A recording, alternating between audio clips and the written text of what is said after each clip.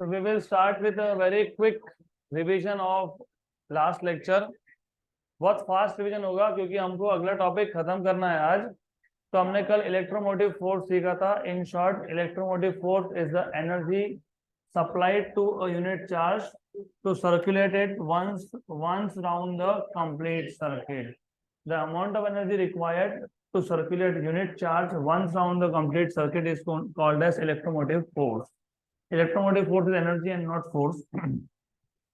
तो ये सिर्फ डेफिनेशन पता होना चाहिए।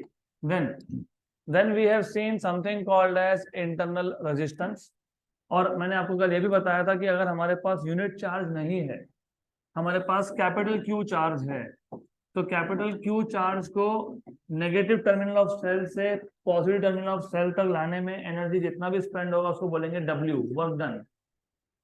Remember, energy required to circulate unit charge once round the complete circuit is EMF। लेकिन अगर हमारे पास यूनिट चार्ज नहीं है, हमारे पास कोई और चार्ज है कैपिटल क्यू, इसको once round the complete circuit circulate करने में अगर हमको अमाउंट ऑफ एनर्जी लगता है W, मैंने एग्जांपल भी दिया था, सपोज 100 जूल का एनर्जी लग गया 10 कूलम के चार्ज को सर्कुलेट करने में, तो एक कूलम के लिए कितना लगेगा? तो फिर क्या किया, total energy by total charge, तो टोटल एनर्जी कितना W, टोटल चार्ज कितना Q। तो EMF क्या है? Work done per unit charge, मतलब जूल पर कूलम। फिर हमने देखा था what is internal resistance and what is terminal potential difference. जो भी सोर्स ऑफ एनर्जी होता है, यहाँ पे सोर्स एनर्जी कौन है? सेल। वो खुद किसी मटेरियल से बना है, it has its own composition. For example, जो आप नॉर्मल लाइफ में 10-15 रुपीज का सेल लाते हो, वो जिंक का होता है, जिंक सल्फाइड का होता है। तो उस मटेरियल का खुद का भी रेजिस्टेंस है। मतलब चार्ज को अगर सेल से बाहर निकल के एक्सटर्नल कंडक्टर को क्रॉस करना है, तो सेल से बाहर निकलते वक्त सेल का खुद का मटेरियल उसको क्या करेगा? अपोज करेगा। उसको क्या बोलोगे? Internal resistance. तो any source of energy is made up of some material, the resistance of that material is called as internal resistance. मतलब जो एनर्जी स्पेंड हम बात कर रहे हैं, energy spend to circulate unit charge once round the complete circuit is used in 2 ways. One, to overcome internal resistance, and to overcome the energy required to overcome external resistance is called as terminal potential difference.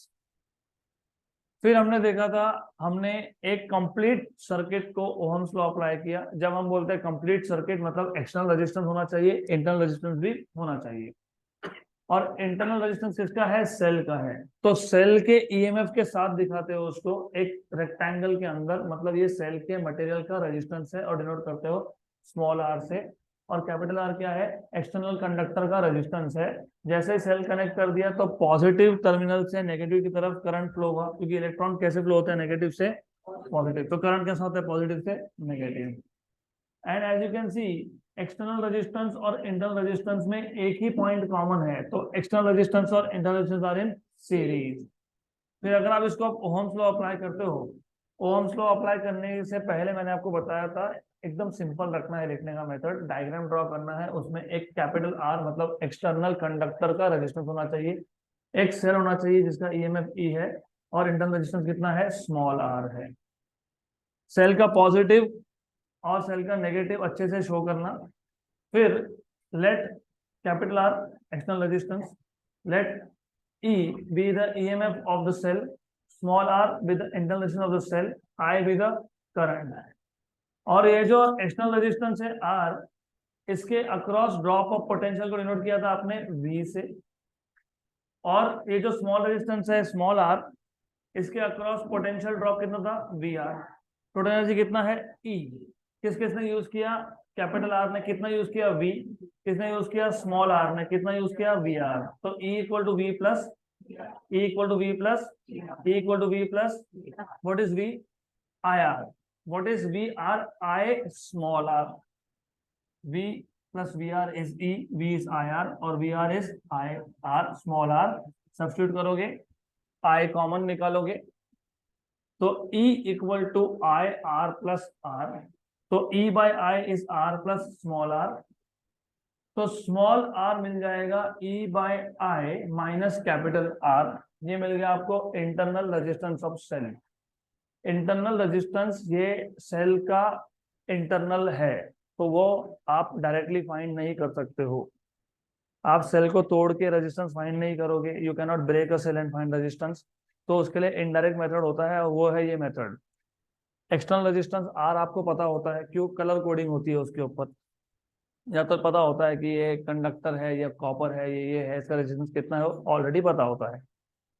EMF cell का पता होता है, जब cell लेने जाते हो तो उसमें लिखा ही होता है कि कितने वोल्ट का इसका ईएमएफ है। करंट मेजर करने के लिए आप एक एमीटर लगा दोगे, करंट मिल जाएगा। मतलब ई इज इधर नोन और मेजरेबल, आई इज नोन और measurable, and R is normally given to you. तो इंटरनल रेजिस्टेंस फाइंड करना होगा, तो you can find it from this equation E by I minus are.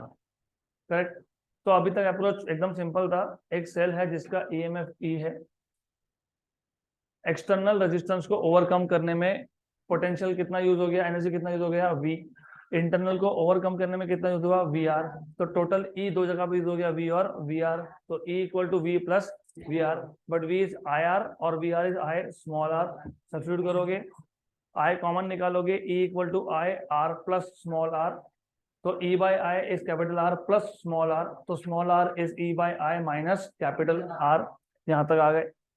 हमको तीन चीजें यहाँ पे चाहिए थी। कौन से तीन? ईएमएफ, इंटरनल रेजिस्टेंस और terminal potential difference. Terminal potential difference is the amount of energy required to circulate unit charge through external conductor, through external resistance. और टर्मिनल क्यों बोलते हैं? क्योंकि हम एक्सटर्नल रेजिस्टेंस के एक टर्मिनल से एक्सटर्नल रेजिस्टेंस के दूसरे टर्मिनल तक इस चार्ज को लेके जाते हैं।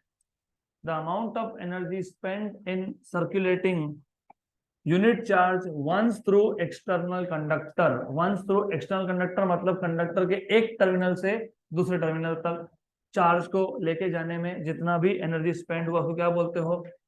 Terminal potential difference. मैं वापस रिपीट कर रहा हूं, यूनिट चार्ज को एक्सटर्नल रेजिस्टेंस के एक टर्मिनल से दूसरे टर्मिनल तक लेके जाने में जितना भी एनर्जी स्पेंड होगा, उसको क्या बोलते हो? Terminal potential difference.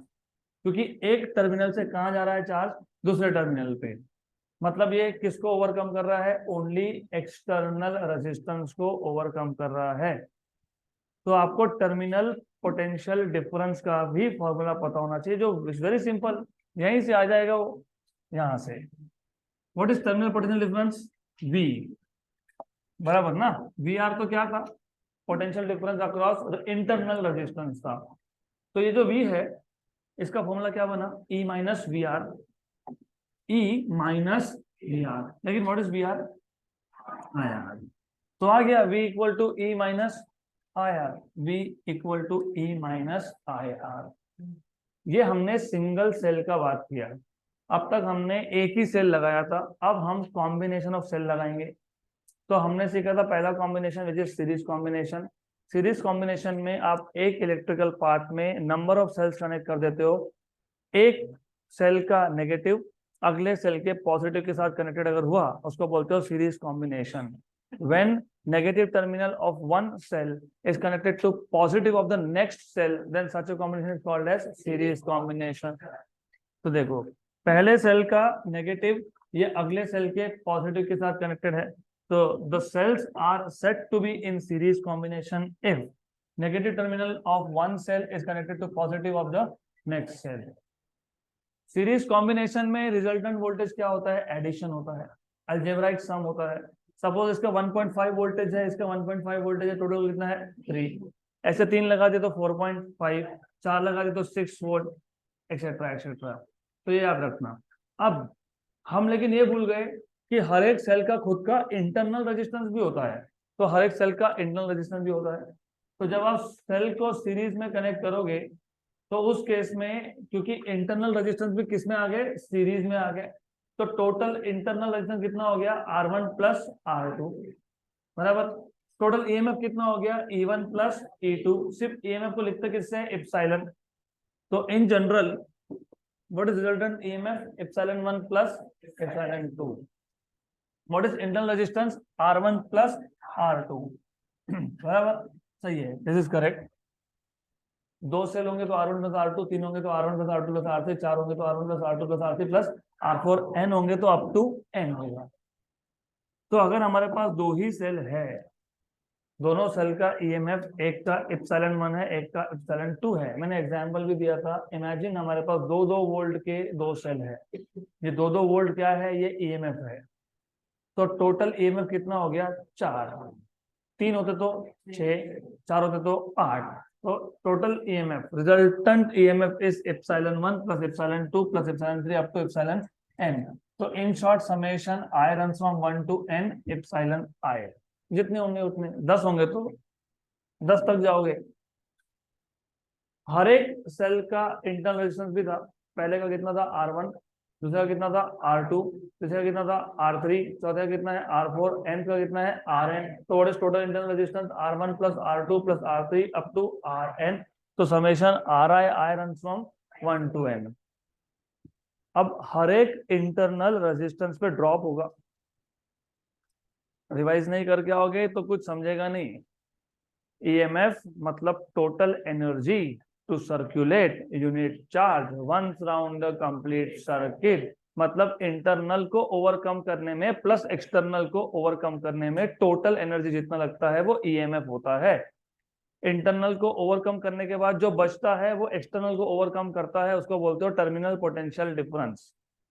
अगर हमारे पास एक सेल है और उसका इंटरनल रेजिस्टेंस है, तो उसके इंटरनल रेजिस्टेंस को ओवरकम करने में कुछ ना कुछ अमाउंट ऑफ एनर्जी यूज होगा। मैंने एग्जांपल दिया था, 2 वोल्ट में से 0.5 वोल्ट यूज हो गया किसको ओवरकम करने में, इंटरनल में। तो एक्सटर्नल को ओवरकम करने में कितना यूज होगा, 1.5। ऐसे दो सेल होंगे तो 3 वोल्ट होगा एक्सटर्नल को ओवरकम करने में, और 0.5 और 0.5 1 वोल्ट होगा इंटरनल को ओवरकम करने में। टोटल ईएमएफ कितना है, 4 वोल्ट है। उसमें से 1 वोल्ट गया इंटरनल को ओवरकम करने में, 3 वोल्ट गया एक्सटर्नल को ओवरकम करने में। अगर हमारे पास 4 सेल है, 4 सेल है तो 0.5 0.5 0.5 और 0.5 मतलब 2 वोल्ट गया, बचा हुआ 6। मतलब जो बचा हुआ 6 है वो कौन है, टर्मिनल पोटेंशियल डिफरेंस है। 8 वोल्ट क्या है, ईएमएफ है। और 2 वोल्ट क्या है, ये ड्रॉप अक्रॉस इंटरनल रेजिस्टेंस मतलब वीआर है। ऐसे अगर 10 सेल होंगे तो हमने जो इक्वेशन यहाँ पे लिखा था V equal to E minus I R, ये एक सेल का है। अगर मेरे पास n नंबर ऑफ सेल हो तो V के यहाँ पे क्या लिखूंगा, summation V I run from 1 to n। E के यहाँ पे क्या लिखूंगा मैं, summation E I run from 1 to n। और आई आर के यहाँ पे क्या लिखूंगा मैं, I summation R I run from 1 to n। तो वही इक्वेशन है, कुछ भी चेंज नहीं है। सिर्फ यहाँ पे एक वी कब, जब एक सेल, 2 वी कब, जब 2 सेल। तो n नंबर ऑफ सेल होंगे तो summation V I run from 1 to n। This is drop across external register, और दिस इज ईएमएफ का टोटल एडिशन। जितने भी सेल थे हमारे पास उन सबका ईएमएफ का एडिशन, माइनस ये क्या है, ड्रॉप अक्रॉस इंटरनल रेजिस्टेंस। तो जहां पे स्मॉल r दिखे वो ड्रॉप होता है अक्रॉस इंटरनल रेजिस्टेंस, जहां पे E दिखे वो टोटल ईएमएफ होता है, जहां पे V दिखे वो potential drop across external register होता है। इतना बेसिक अगर आपको पता है तो now we can go ahead with next type of combination, that is parallel combination. So more or less this will be the last topic, more or less, of this chapter. अगला topic है parallel combination, and again I will keep it very simple. ज्यादा हम लोग इसको hi-fi language में लिखेंगे नहीं, हमको इसको इजी करके लिखना है, तो ध्यान होना चाहिए। तो next combination is parallel combination of cells. Parallel combination of cells. अब सीरीज कॉम्बिनेशन में और पैरेलल कॉम्बिनेशन में डिफरेंस क्या है। सीरीज कॉम्बिनेशन में दो सेल में एक ही पॉइंट कॉमन था, एक सेल का नेगेटिव अगले सेल के पॉजिटिव के साथ कनेक्टेड था, उसको आप बोलते हो सीरीज कॉम्बिनेशन। पैरेलल कॉम्बिनेशन में जितने भी सेल्स आपके पास हैं उन सारे के पॉजिटिव को एक साथ ज्वाइन कर देते हैं और उन सारे के नेगेटिव को एक साथ ज्वाइन कर देते हैं। फॉर एग्जाम्पल, सपोज मेरे पास ये एक सेल है जिसका ईएमएफ है E1, सम ईएमएफ एप्सिलॉन 1 एप्सिलॉन 2 जो बोलना होगा वो, ये पॉजिटिव टर्मिनल है, ये नेगेटिव है, ये पहला सेल है। ऐसे हमारे पास n नंबर ऑफ सेल हो सकते हैं। मैं 2 ही दिखा रहा हूँ। क्यों? क्योंकि आपके बुक में 2 तक का ही है तो 2, और 2 में ही डेरिवेशन थोड़ा डिफिकल्ट हो जाएगा तो फिर ज्यादा लेंगे नहीं। Remember, when the positive terminals of all the cells are joined together and negative terminal of all the cells are joined together, then the combination is called as parallel combination. Positive of all the cells are joined together, negative of all the cells are joined together, then the combination is said to be parallel combination. तो हमारे पास जो पहला cell था जिसका EMF epsilon 1 है, E1 है वो, और जो दूसरा सेल है जिसका ईएमएफ एप्सिलॉन 2 है वो, ये दोनों हमने कनेक्ट कर दिए between some points B1 and B2। अब ये B1 एंड B2 क्यों लिखा है? क्योंकि आपके टेक्स्ट बुक का नोटेशन ऐसा है। I am just following your text book. A और बी भी बोल दूंगा तो क्या फर्क पड़ता है, बी सी बोले तो क्या फर्क पड़ता है, सी डी भी बोल सकते हैं, व्हाटएवर इट इज। क्लियर? तो डिफाइन कैसे करोगे? डिफाइन कैसे करोगे? How will you define parallel combination of cells? when the cells are connected in such a way that the positive terminals of all the cells are joined together and the negative terminals are joined between 2 electrical points, then the combination is said to be. So when the cells are connected in such a way that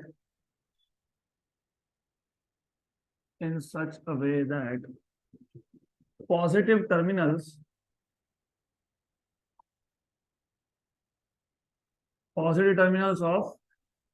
of all the cells are joined together and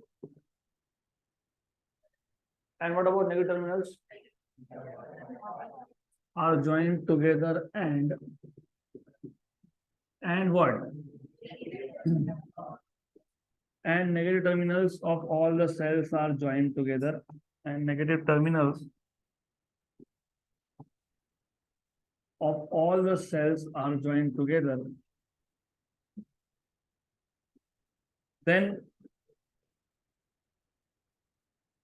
what? Then such a combination is known as parallel combination. Is known as parallel combination. बहुत simple है ये। is known as parallel combination. यहाँ तक clear? तो एकदम basic चीज याद रखो, सीरीज कॉम्बिनेशन में करंट सेम होता है, पोटेंशियल ड्रॉप अलग अलग होता है। इसलिए तो हमने एक्सटर्नल रजिस्टर के अक्रॉस कितना लिखा था? V। इंटरनल कितना लिखा था? VR। क्योंकि वहां पे करंट सेम था, जितना करंट एक्सटर्नल रजिस्टर में से था I, उतना ही किसमें से था? इंटरनल के। इंटरनल क्या है? Small r। करंट कितना था? I। एक्सटर्नल रजिस्टर कितना था? Capital R। करंट कितना था? I। तो सीरीज कॉम्बिनेशन में क्या सेम होता है? करंट। वोल्टेज क्या होता है? डिफरेंट। पैरेलल में क्या सेम होता है? वोल्टेज। राइट?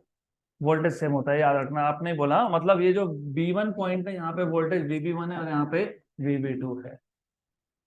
अब करंट फ्लो होने का एक पर्टिकुलर कंडीशन है, current always flows from higher potential to lower potential.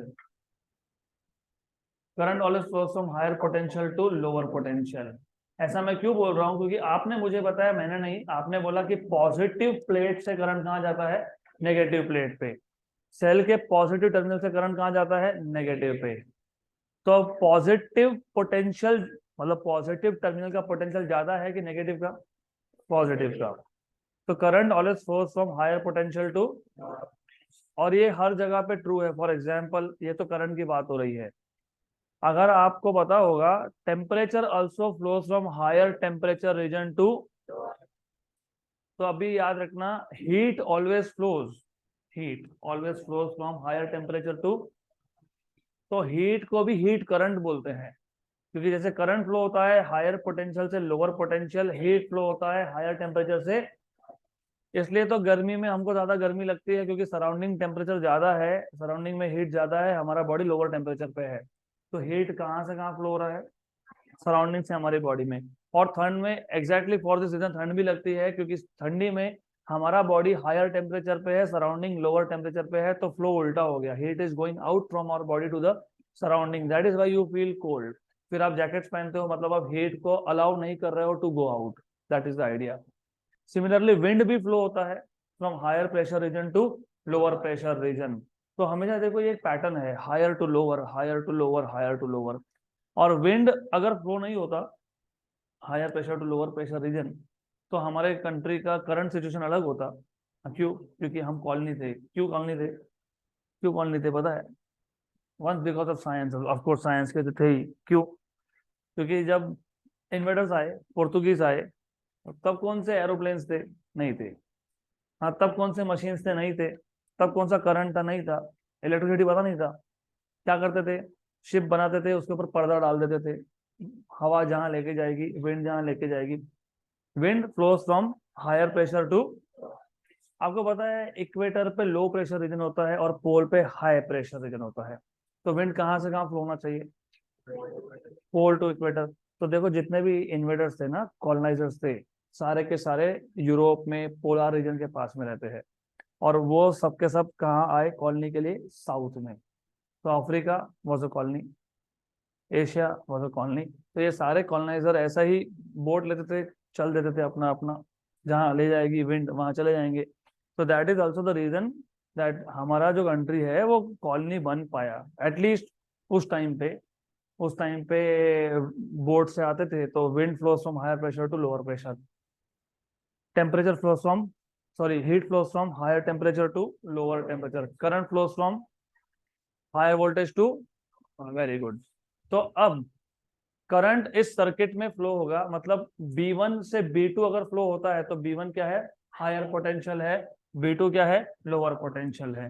तो अगर मैं अज्यूम करता हूं कि B1 is at higher potential and B2 is at, तो यहां से करंट फ्लो हुआ B1 से कहां जाने के लिए? B2 पे। लेकिन फिर यहाँ पे जंक्शन पॉइंट आया, यहाँ पे करंट हो गया स्प्लिट, I1 गया ऊपर, I2 गया नीचे, ऐसा बोल सकते हो आप, ऐसा बोल सकते हो, ये याद रखना। Good. Then as you said, अभी अभी आपने बताया कि जब आप पैरेलल में कंबाइन करते हो, पैरेलल कॉम्बिनेशन बनाते हो, तो क्या सेम रहता है? वोल्टेज।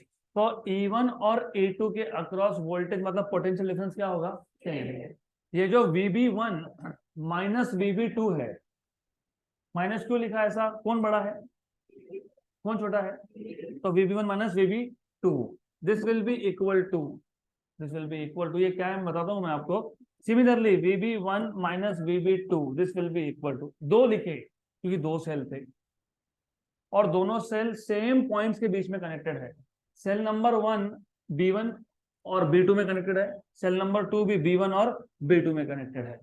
तो दोनों के दोनों सेल सेम पॉइंट्स के बीच में कनेक्टेड है, तो पोटेंशियल ड्रॉप क्या होगा? सेम होगा।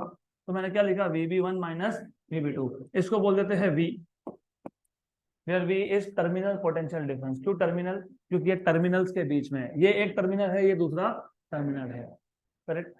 लेकिन टर्मिनल पोटेंशियल डिफरेंस क्या था? फॉर्मूला क्या था? V equal to E minus I R, very good, E minus I are.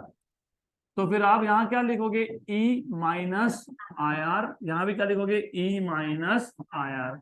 लेकिन ऊपर ये पहला सेल था, तो E1 I1 R1, ये दूसरा सेल है E2 I2 R2। लेकिन ये R1 और R2 कौन है?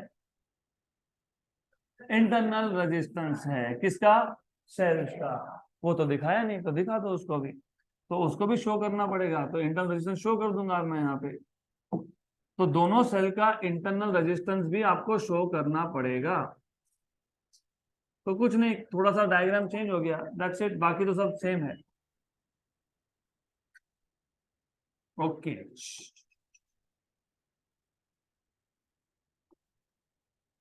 तो अब ठीक, यस, ये कौन है? R1 है, ये कौन है? R2 है। मैं वापस एक बार रिपीट कर देता हूँ, सिंपल सा कॉन्सेप्ट है। अगर आपके पास 2 cell, 3 cell, 4 cell, 5 cell, n number of cell है, उन सारे सेल्स के पॉजिटिव टर्मिनल को साथ में ज्वाइन कर दिया, उन सबके नेगेटिव को साथ में ज्वाइन कर दिया, तो बन गया पैरेलल कॉम्बिनेशन। डिफाइन करते बोलना, if the cells are connected in such a way that positive terminal of all the cells are joined together and negative are joined together, then such a combination is said to be parallel combination. Parallel combination में potential drop same होता है, इसके लिए दोनों के across क्या लिखा है, V। पोटेंशियल ड्रॉप मतलब पोटेंशियल डिफरेंस। यहाँ पे दोनों सेल कौन से पॉइंट्स में कनेक्टेड है, B1 एंड B2। अगर B1 का पोटेंशियल ज्यादा है B2 से, तो पोटेंशियल ड्रॉप क्या होगा, VB1 माइनस VB2, और दोनों के अक्रॉस क्या होगा, सेम होगा। तो VB1 minus VB2, VB1 minus VB2 दोनों सेल के लिए होगा। लेकिन हमने थोड़ा टाइम पहले ही देखा था, V क्या होता है, EMF माइनस आया। तो पहले सेल के अक्रॉस लिखोगे तो यहाँ पे लिखोगे E1 I1 R1, दूसरे का लिखोगे तो E2 I2 R2। तो वही तो हमने लिखा है, लिखा क्या हमने, यस। अब इसको थोड़ा सा साइड में रख देते हैं, बाद में यूज करेंगे इसका। अब पहले पहले इक्वेशन पे फोकस करते हैं। यहां से V विल बी इक्वल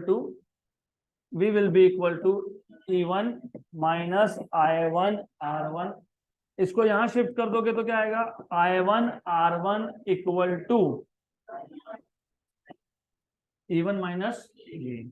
तो यहां से आपको I1 क्या मिल जाएगा, E1 by R1 minus V by R1, equation number 2। तो 1 जानबूझ के नहीं लिखा, लिखूंगा 1 भी लिखूंगा मैं, यहाँ तक क्लियर।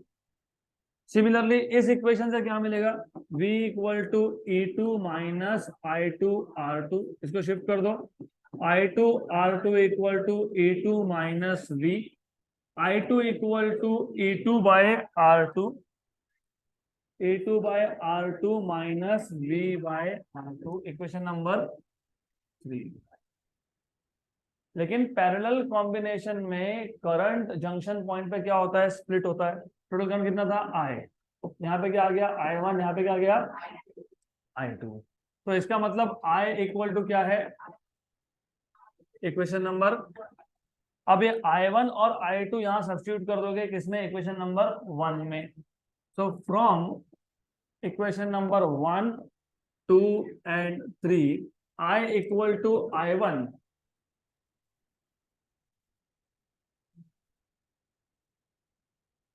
पीछे वाले पीछे देखना बंद करो, हाँ वापस से उसी ट्रैक पे आ रहा हो, क्या फायदा रोज रोज बोल के मेरा। तो I1 क्या है, I1 क्या है, ये I1 है, हाँ क्या है, E1 by R1 minus V by R1 plus E2 by R2 minus V by R2। जिसमें V दिखता है वो अलग कर लो, क्योंकि V कॉमन निकलेगा। तो I equal to E1 by R1 plus E2 by minus, एक काम करना, माइनस V कॉमन निकाल लेना, किसमें से, इसमें से क्या बचा, 1 by R1 plus 1 bye, plus क्यों है, क्योंकि क्या कॉमन निकाला, माइनस V। आखिरी में समझेगा हम कर क्या रहे हैं। अल्टीमेटली हमको क्या करना होता है पता है आपको, मैंने जैसे सीरीज में बताया, अल्टीमेटली करना क्या है, अगर हम लोग 10 सेल लगा रहे हैं सीरीज में, तो 10 सेल मिलके इक्विवेलेंट ईएमएफ कितना दे रहा है वो हमको देखना था। तो मैंने आपसे पूछा कि 2 वोल्ट के 10 है तो इक्विवेलेंट कितना है, 20। तो तुमने क्या किया, डायरेक्टली ऐड कर दिया, वो सीरीज में होता है डायरेक्टली ऐड, पैरेलल में वैसा होता नहीं है।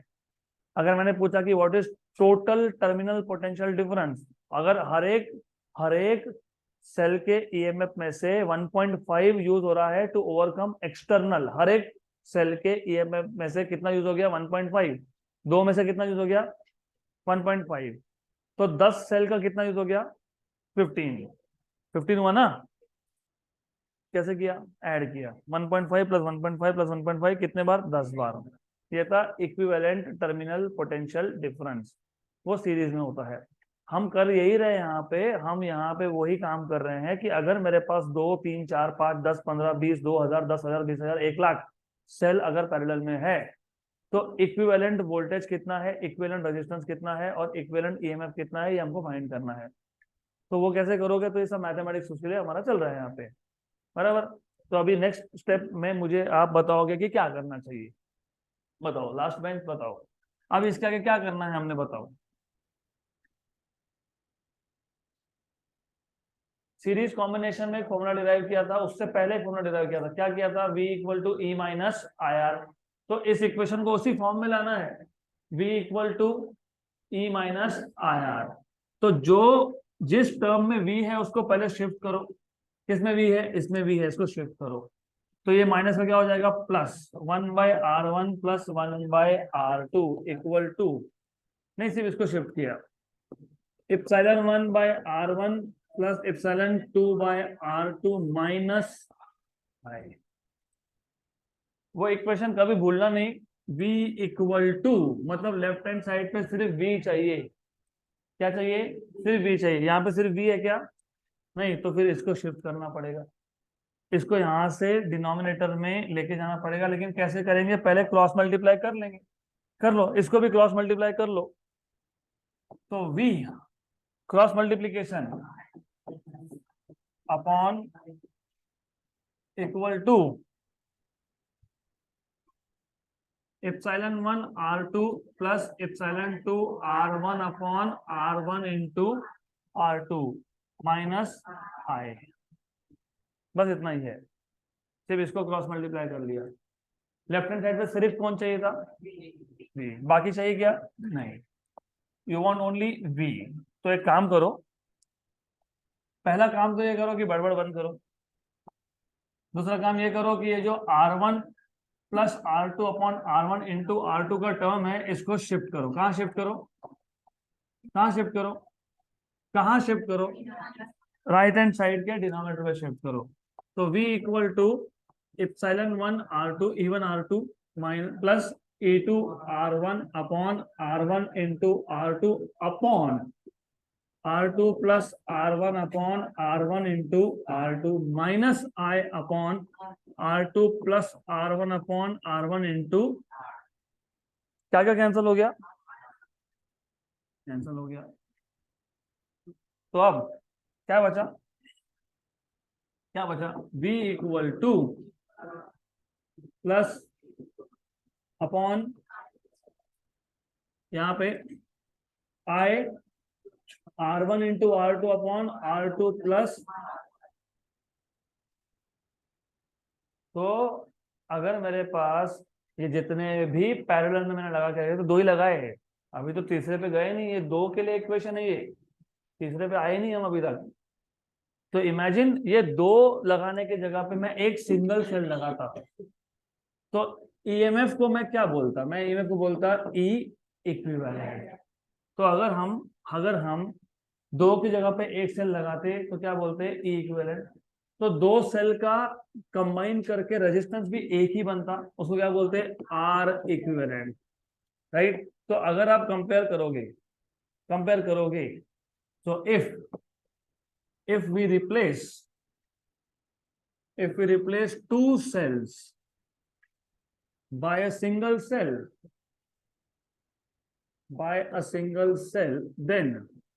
then इक्वेशन क्या बनेगा, v equal to E equivalent minus I R equivalent. Equation number 5, ये इक्वेशन नंबर 4।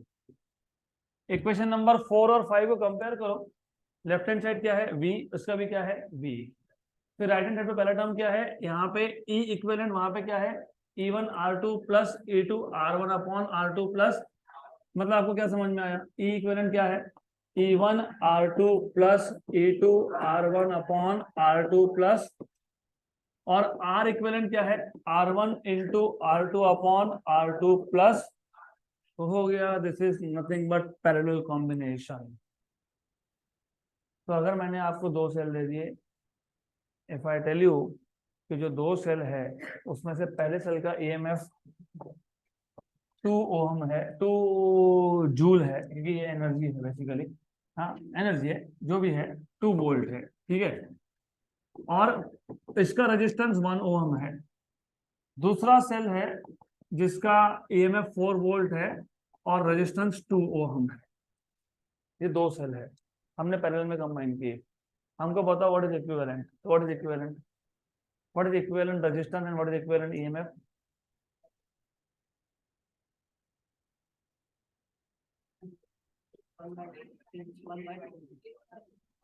अरे यू हैव टू अंडरस्टैंड, मैंने लिखा भी इसको क्रॉस में है, so that you don't find problem in multiplying. E1 R2, 2 into 2 4, 1 into 4 4, तो 8 और नीचे कितना 3, तो 8/3 कितना आ गया 8/3। और इक्विवेलेंट रेजिस्टेंस कितना आ गया R1 into R2 मतलब 1 into 2 upon R1 plus R2 मतलब 3, तो 2/3। तो ऐसा आप इसको सॉल्व कर सकते हो। अभी भी जिनका ध्यान नहीं है ना, ध्यान दे नहीं रहे हो, अभी तुम बातें करो, हंसो, मेरा भी हंसने का टाइम आता ही है और मैं बहुत जोर जोर से हंसता हूँ। Very good.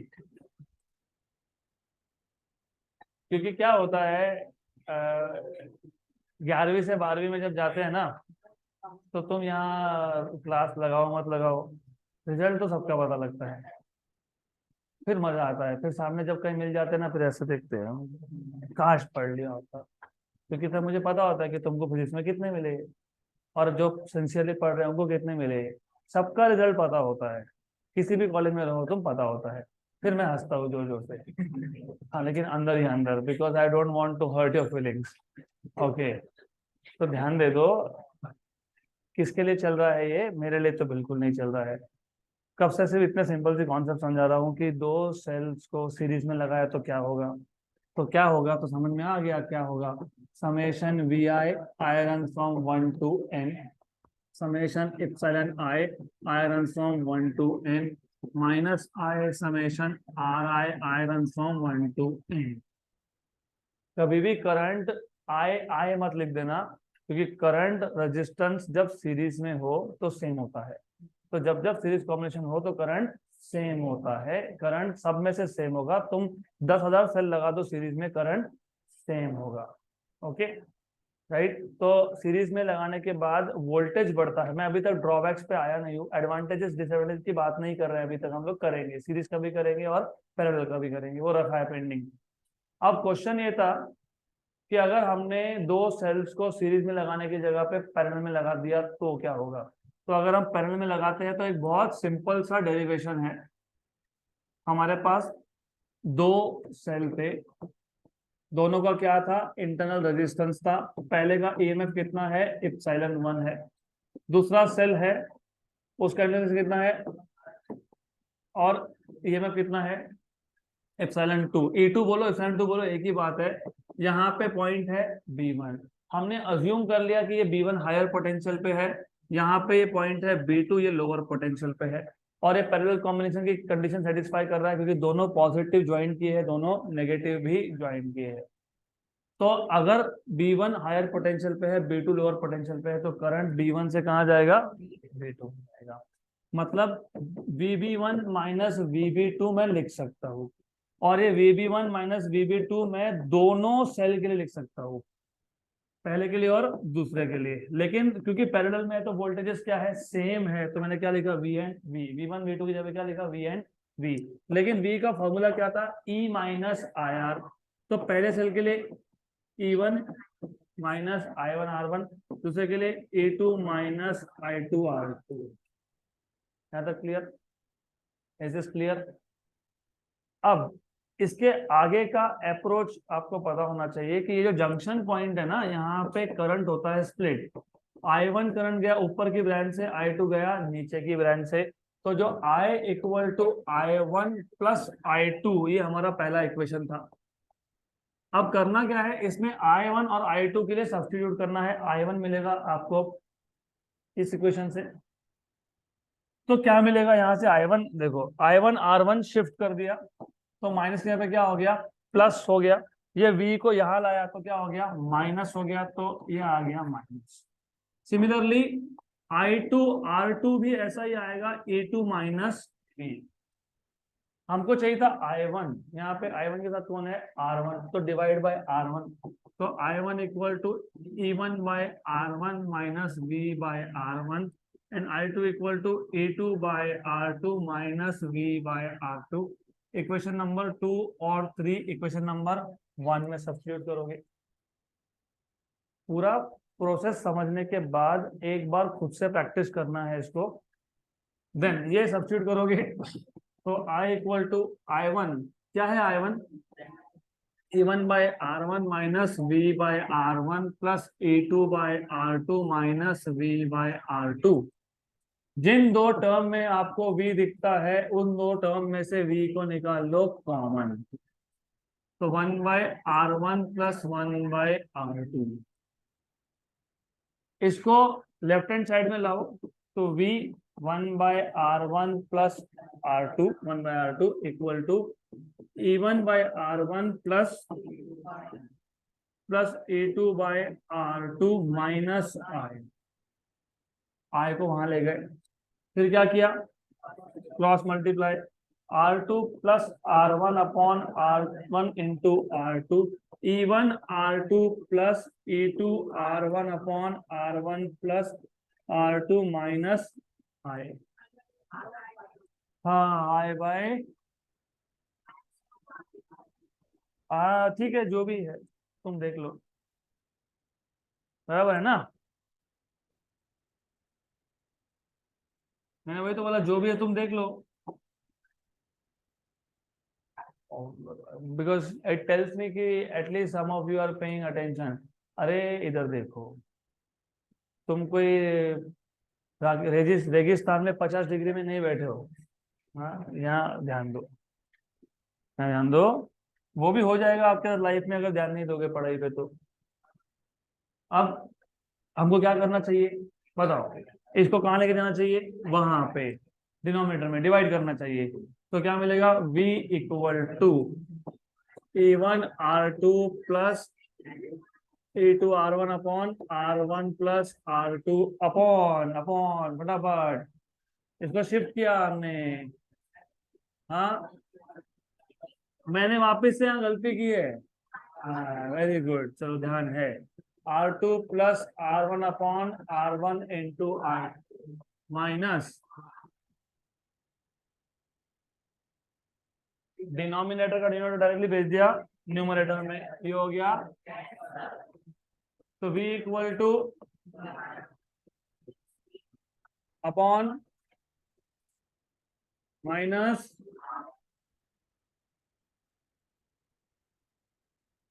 अगर दो सेल को हटा के सिंगल लगाना है तो ये कौन है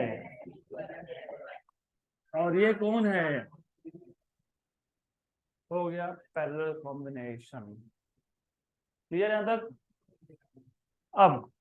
अब हो गया तो फिर हमको क्वेश्चन सॉल्व करना चाहिए एक। Listen, I will give you sufficient time to write down. We will not do any kind of घाई गर्दी, आराम से करेंगे। तो अभी शांति से पहले क्वेश्चन समझ लो और क्वेश्चन में करेक्शन समझ लो। तो solve example 11.8 of your text book. जो 11.8 है ना, 11.8, हेलो, यहाँ थोड़ा सा ध्यान दे दो। ये 11.8 एग्जाम्पल में डायग्राम गलत है टेक्स्ट बुक का। न्यू टेक्स्ट बुक में करेक्शन है। न्यू मतलब जो रिसेंटली लिया होगा, लेकिन बाकी जगह पे ये डायग्राम गलत है और ये गलत होने की वजह से शायद अपने नोट्स में भी गलत है। एग्जाम्पल नंबर 11.8, कुछ टेक्स्ट बुक में उसका डायग्राम प्रिंट नहीं हुआ है सही से, तो फिर यहाँ पे ये करेक्ट करके दिखा दिया है। अभी मुझे आपसे आंसर चाहिए और यहाँ पे कौन बड़बड़ कर रहा है? Let me see, you will tell me. तो ये जो क्वेश्चन है 11.8, a network of resistors is connected to a 15 volt battery. तो यहाँ पे डायग्राम में 16 वोल्ट दिख रहा है, वो कौन है? कितना वोल्ट है वो? ये कितना वोल्ट है? 15 वोल्ट है with internal resistance of 1 ohm. तो ये जो 15 वोल्ट के साथ दिखाया है ये कौन है? इंटरनल रेजिस्टेंस है, मतलब कौन है? स्मॉल आर है। Calculate the equivalent resistance. तो लास्ट बट वन बेंच, ये दो रेजिस्टेंस सीरीज में है कि पैरेलल में है? लास्ट बट वन वहां पे सीरीज में कि पैरेलल में है? सीरीज में है कि पैरेलल में है? ये दो रेजिस्टेंस किस में है? सीरीज में कि पैरेलल में है? तो एक काम करते हैं, इनको नाम दे देंगे। ये R1, ये R2, ये R3, ये R4, R4, ये R5। ओके, मैं कुछ भी नाम दे दूंगा रैंडमली। इसकी वैल्यू बताओ, कितनी वैल्यू दी है बुक में? ये 1 ओहम है। ओके, तो as you can C R1 और R2 सीरीज में है कि पैरेलल में है? पैरेलल में है। आपको क्या क्या फाइंड करना है? इक्विवेलेंट रेजिस्टेंस, और क्या फाइंड करना है? करंट, और क्या फाइंड करना है? Potential drop across AB, BC and DC। So you are supposed to find out number 1 R equivalent, number 2 current, number 3 voltage drop across AB, voltage drop across BC and voltage drop across DC। R equivalent find करने के लिए पहले तो ये ध्यान में होना चाहिए कि R1 और R2 are in parallel. R1 and R2 are in parallel. So what is the equivalent for this? 1 upon RP। मैं काम करता हूं, इसको RP1 बोलता हूं। क्यों? क्योंकि दो पैरेलल कॉम्बिनेशन है। 1/R1 प्लस, दोनों कितने हैं? 4 और 4, 1/4 प्लस 1/4 तो कितना? 2/4। 2/4 मतलब कितना? 1/2। इसका उल्टा रेसिप्रोकल कितना? 2। मतलब ये 2 4 के हटा के आप 1 2 का लिख सकते हो।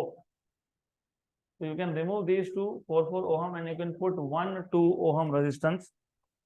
फिर उसके बाद वापस ये R4 and R5 they are in parallel। R4 and R5 are in parallel। इसको बोल देंगे RP2।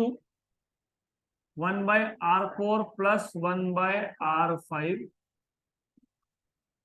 1/12 प्लस 1/6। क्या करोगे इसका? ध्यान यहाँ पे देने के लिए बोला है, मैं कब से बोल रहा हूँ ध्यान यहाँ पे दो। क्या करोगे इसको? मल्टीप्लाई बाय, तो कितना आएगा? कितना आएगा? 3/12 मतलब 1/4। मतलब RP2 कितना है? 4 ओहम है। इसका मतलब इन दोनों को हटा के कितना लिख सकते थे? अब RP1 R3 और RP2 किसमें है? RP1 R3 and are in series। therefore equivalent कितना आ जाएगा? RP1 plus what is RP1 plus 1 plus, तो कितना? 7। तो इक्विवेलेंट कितना आ गया? 7। नहीं हुआ, नहीं बाकी है। अभी तो करंट फाइंड करना बाकी है, फिर वोल्टेज ड्रॉप फाइंड करना बाकी है। What is B? IR equivalent.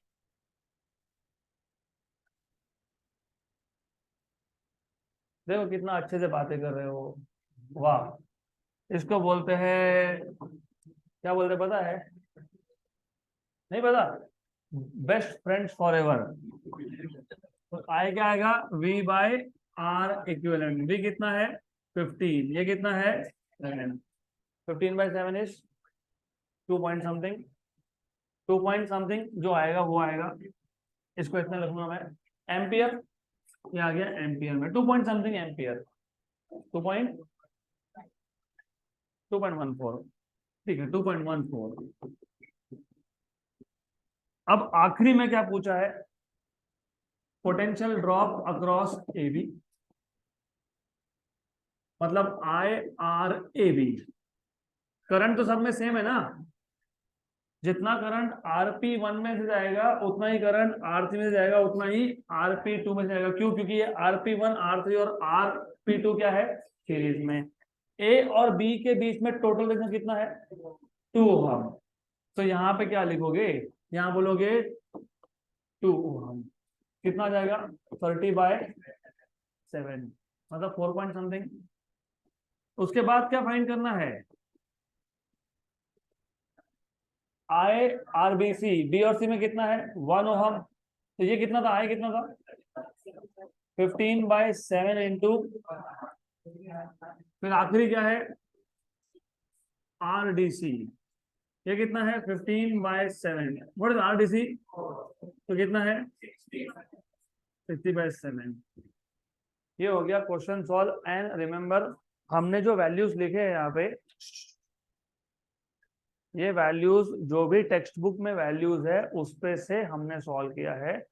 हो सकता है टेक्स्ट बुक में बाद में करेक्शन करके वैल्यूज चेंज हुए, लेकिन मेरे पास जो टेक्स्ट बुक का वर्जन है उसमें ये वैल्यूज है। Good, so that's it for today.